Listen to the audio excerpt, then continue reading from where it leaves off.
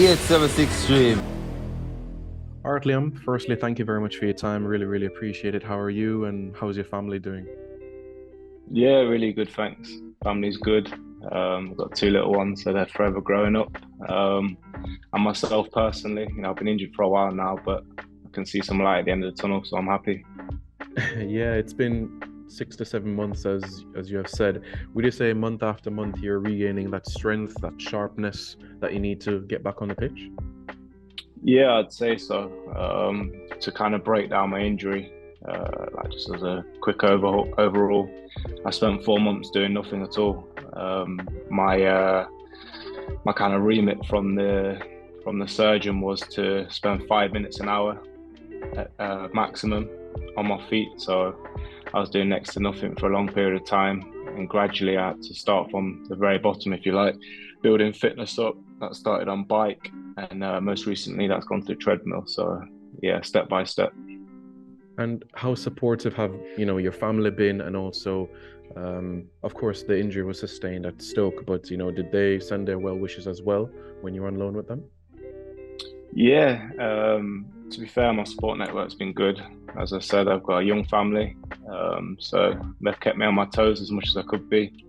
But the injury was kind of strange, to be honest with you. So an issue with my left knee that was niggling for a little while, and then I eventually signed for Stoke on loan.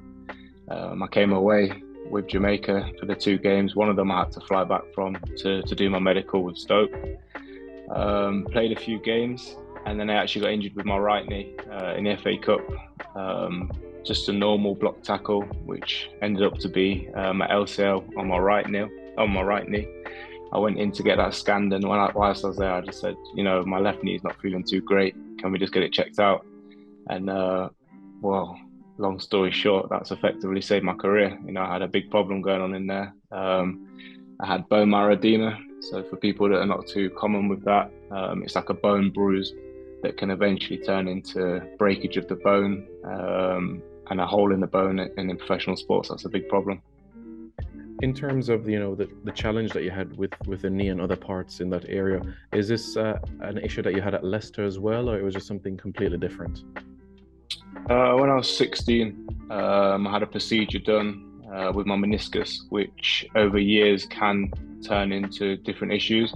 But I've been through 12, 13 years with no problems at all. Never missed a day's training. The only injuries I'd sustained over the years was contact injuries. And then it went to a stage of 0 to 100 overnight. Went in for a tackle, felt it a little bit, thought I could push through like most things. And if anything, I was doing more good than, more damage than good, should I say. Yeah, I understand. Quite unfortunate. As it relates to right now, is there a timeline given in terms of being back at least training on the pitch, or not just yet? Yeah, I've got a goal in sight. We've got the World Cup break this year. Obviously, unfortunately, we didn't qualify, but that gives a lot of people a good chance to rest and recover. So in that break, that's my kind of pre-season. So I hope to be fully up to speed by the end of the World Cup break and fit and fire and ready to go. And just to get in the facts straight, are you still under contract at Reading, or right now you're a free agent? Yeah, I'm still under contract. My contract finishes out at the end of this year. So I've been doing my rehab there. As I said, for the first 4 months of this injury, I was homebound and pretty much bedbound. But for the last 3 months or so, I've been in at Reading. They've been treating me very well. The rehab's been very thorough. Sometimes a little bit too slow for my liking because, I missed the pitch, but at the same time, it's step by step. And to give people a clearer picture, it's a case of one day I'll go on the treadmill and do 50% body weight. Next, 2 days later, 55, 2 days later, 60, and so on, just to see what the body can withstand. But it's been really promising, for such a big injury. I'm looking to touch pitch Monday. So as soon as I get back on the pitch, that's a case of I've ticked every box I need to do. And it's just a case of getting fit now. So yeah, that's the plan. Oh, very, very nice. Very encouraging, Liam. Really, really appreciate that. Now, as you know, in the last 6, 7 months, it's like so much things have happened. We're going from where Tapa was your gaffer with the national team to Paul Hall, and now Coach Halgrimson. I just wondered if you had a chance to watch that game against Argentina last month, and see the new players or the style under this new coach. I've seen the highlights. If Mhm. I'm right, the time was I think it's like 1, 2 o'clock in the morning here. Mm. So obviously the rigorous days in rehab, I didn't manage to catch it live, but yeah, I got a chance to see the highlights. There's things that's been said. There's obviously articles. There's a clear approach now to kind of how we want to go about things moving forward, and I think there's room for more defenders, if you like. So that's the plan, hopefully, to get fit with my club and put myself back in the frame. Absolutely, and you're in your late 20s thereabouts, and as I made mention earlier, there's the Nations League next year, the Gold Cup. So 2023 certainly is a grand opportunity for you to basically get back up to speed with where you were perhaps 2021. Yeah, busy year. Obviously, I've had an experience with the Gold Cup before. I think we did okay, but I think it was a large proportion of the team's first Gold Cup. So the experience is there now. We probably got, people would say, maybe the hardest draw in our game that we got knocked out in. But again, it was an experience that opened our eyes, if you like. International football, big stage, big crowd, and kind of the level that international football's at, especially in the CONCACAF. So yeah, it's a case of just trying to get back in the fold, as I said, and getting that team to gel. There's a lot of experience in it, but you've also got to gel as a team and individuals. Yeah, and when you look back at, when you made your debut for Jamaica early last year, there's a lot of new players making their debut for the country, such as yourself, Ethan Pinnock, Andre Gray, etc. You feel, with the quality of yourself and others, that once you get a nick of games together, 5, 6 games, then that team will start to click, you feel, moving forward?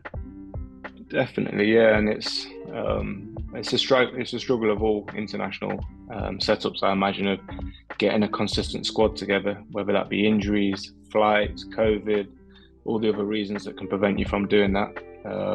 Trying to get a good core together on a number of occasions will definitely help. And for me personally, and I imagine a lot of the boys will feel the same, it would be good to kind of have a real introduction to international football. And what I mean by that is every game I believe I've played in has been some sort of COVID stipulations. We met up in Austria. It was 20 odd hours a day lockdown. I've been to Japan, which was 23 hours a day lockdown. Obviously, we had the COVID struggles at the Gold Cup, players in and out of the squad, isolating. I've not played a game yet back in Kingston with any more than 2 to 3 thousand fans. So it's a case of, yes, obviously the team needs to gel, but I think the fans and the team need to gel as well. We need to come familiar. The fans need to be coming to games and knowing what they're coming to see, and familiarising themselves with the players and the squad and the direction that the country's planning to go in. Absolutely, that's something that's incredibly crucial in the grand scheme of things. Maybe you're aware, maybe not. In Reading's academy, there's 2 players that made their debut for Jamaica at the under-20 level, Jamari Clark and also Kanaya Boyce Clark, the goalkeeper. I just wanted to know if you had any conversations with them about Jamaica before. I haven't done. No, I know they made their debuts in the summer. Jamari played a couple of games last year for the first team. Scored a couple of goals as well, so introduced himself quite nicely. And yeah, Kanai has been about the first team for 2 or 3 years now in terms of training.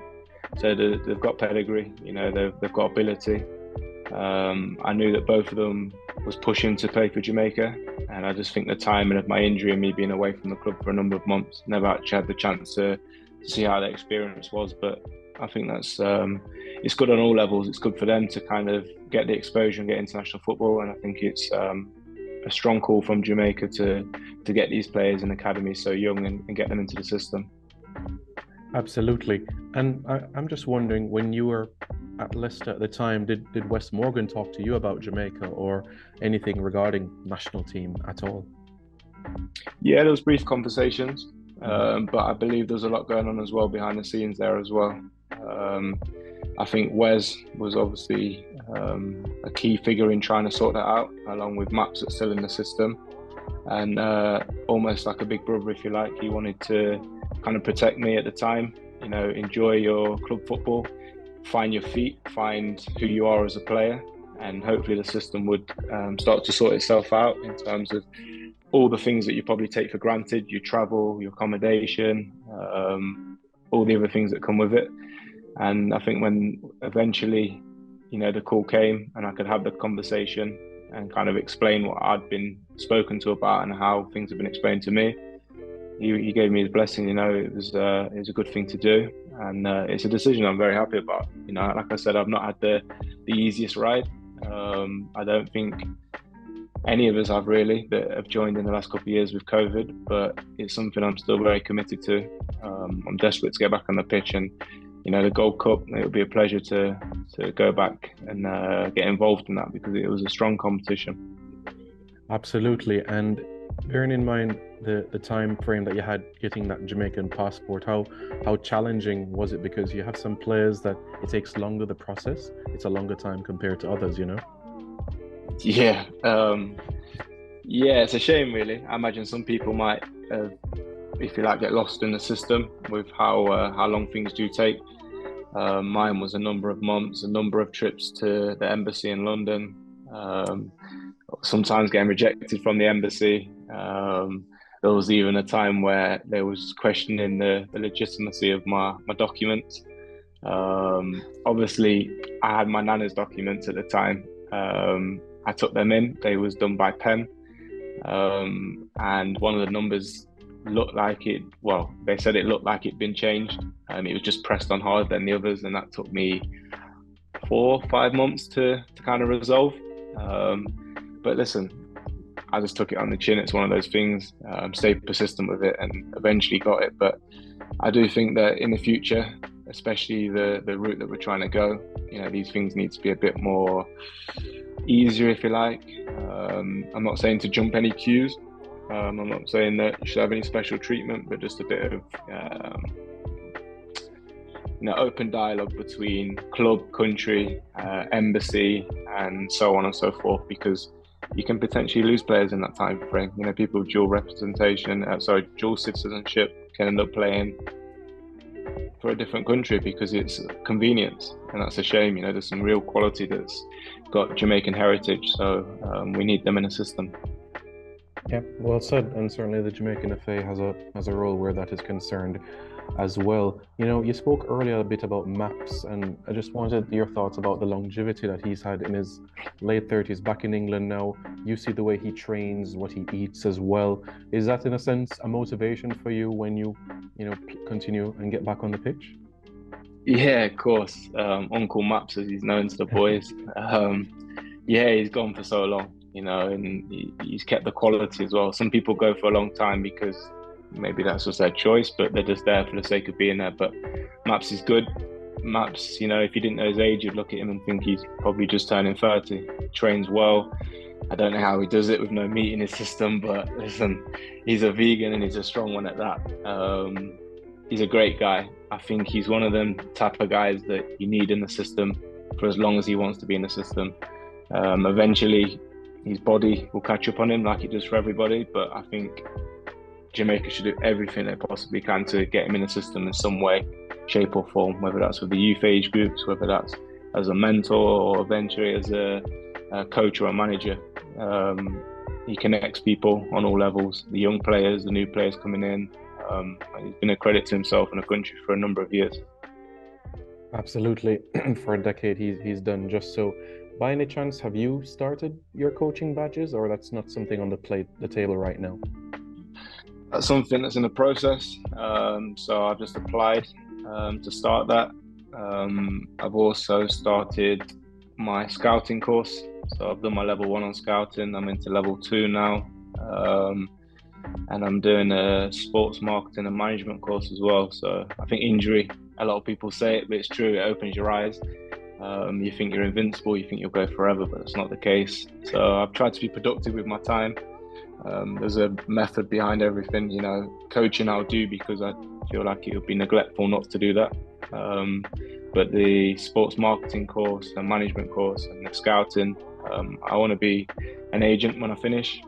A lot of people want to do it. A lot of people have their own ideas of it, but I think there's a real open market there for somebody to have played the game. So you can speak to a player on a number of levels. The scouting, I believe that too many agents jump on the bandwagon when a player scores 2 goals for the first team. It's like, oh, we need to sign a player. I want to be looking younger than that. I want to be, kind of getting on board with these players as a youngster, 14, 15, 16, and have the longevity with them, for a number of years. And yeah, that's kind of my plan to go with it.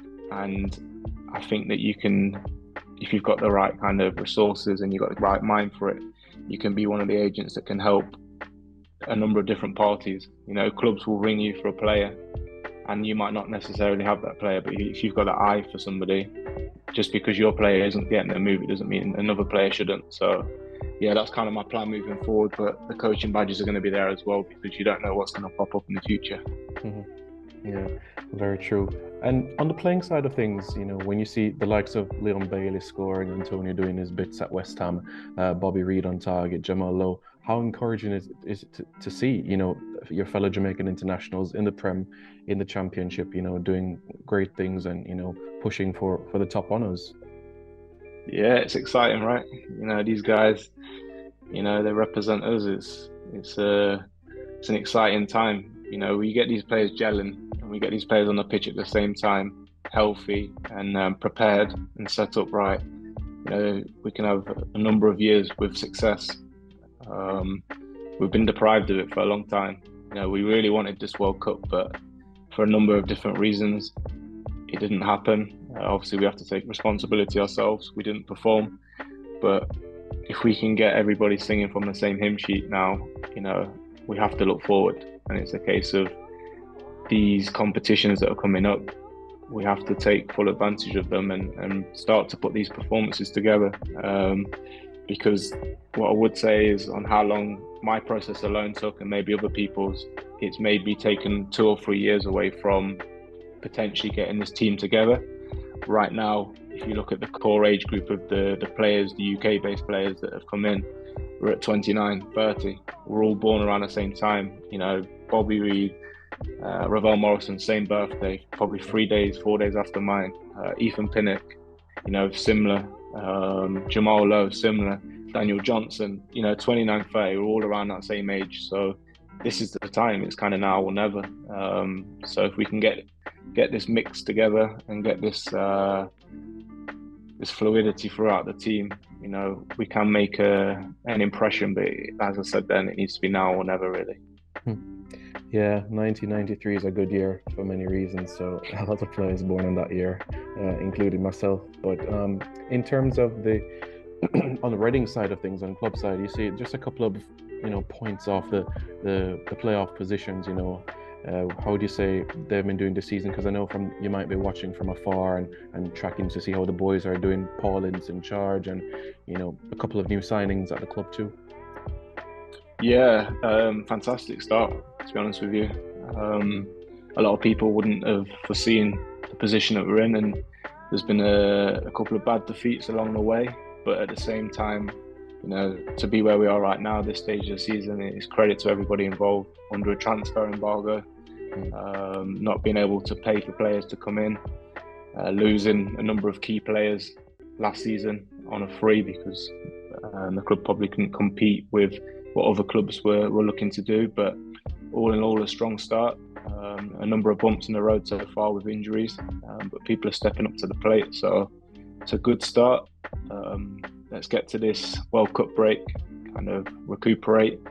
And then the manager spoke openly about this season's all about staying up. I guess that's to manage a lot of people's expectations from the outside and also within, because it's a young squad as well. So you don't want to be running away with yourself, but get to that point and then you can look forward from there. But so far, so good. I felt that for all of your career that you've always led by example on the pitch, and you've had the privilege of wearing the armband at different levels, and from the times that you've been on loan, you've shown that you lead by example on the pitch for your performances. Is the armband a target of yours, or it's just about ensuring that you play your best each and every game and whatever perks comes your way, you'll take it in a sense? Yeah, I guess it's a combination of the two. Growing up, it was something that was kind of not pushed on me, but was recommended for me as a young player. I was always quite vocal, and I had managers that was very keen to push me on that. And then when I got to 17, 18 age group, that was something that I wanted, that responsibility. And then my dream was growing up to be a captain of a football club. But I think sometimes you can think too far ahead with that. You know, you get the captaincy for how you've behaved and how you've played and how you've acted the times in the past.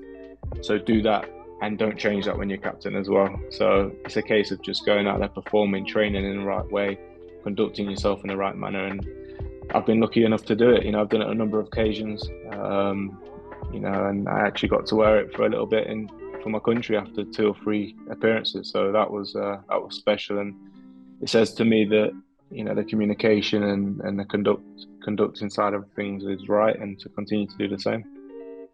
And, you know, the time that you had with Leicester, you know, the Premier League era part, and when you look at the performances that you had that campaign, when you saw and looked around you, you had the Vardy, you had the Wes Morgans of this world, Danny Simpson, did you feel like, hold on, you know, something could actually happen? And of course, the next season was the Premier League title. Did you feel like something was building there, that the club, there was that excitement, that enthusiasm, based on how the results that you had, beating Man United at home and amongst other results? Yeah, momentum's probably the biggest word in football. I started the first year in the Premier League. We had the momentum. We'd just come up from the Championship and done really well, you know, 100 odd points. Took the momentum into the new season, and that quickly swung around, and we struggled for a long period of time. But if you remember, a lot of people remember the Premiership win and forget about what's classed as the Great Escape. I spent a lot of time on the bench and watching from the sidelines, but I was there and I've seen it firsthand. The Great Escape, the momentum completely swung all the way back around again, and I think it was 9 out of 11 games at the end of the season. A lot of change happened that summer. New manager came in, new players came in, but I think the key thing in all of that was that the momentum stayed the same, the formula stayed the same. The new manager, Ranieri, seen it was working, allowed it to continue to flow. If it didn't, he would have changed things. But yeah, momentum kept going and going. And if I was to sit here and say I've seen them winning the Premier League and something like that was happening, I'd be completely lying. But I did see that there was a good team spirit, and there was a formula, and the formula, put simply, was either Casper to Vardy or Mahrez to Vardy and Kante running the show, and everybody else was dialed in to doing their jobs. And sometimes you don't change what isn't broken, and that season every single player was just, they played out their skin. You know, the back four was, every one of the back four could have gotten team of the year. That's how that season went, and that's what you needed to achieve what was achieved. I mean, you know, you've had the privilege to play for your hometown club in Leicester, but you've also played at different parts of the country, you know, Bradford in Yorkshire, Brentford down in London, Bristol, of course, in Bristol, Stoke, and of course, Reading now. You know, is there any differences you could say playing football in the north versus the south versus in the Midlands? Do you find a difference amongst the fans, the support, the passion, or you've just relished every experience really of playing all over the country? It's a difficult one. I can only say 2 of the places you mentioned there was home, and that was Leicester and Reading, because I settled. I spent a period of time there. My family settled.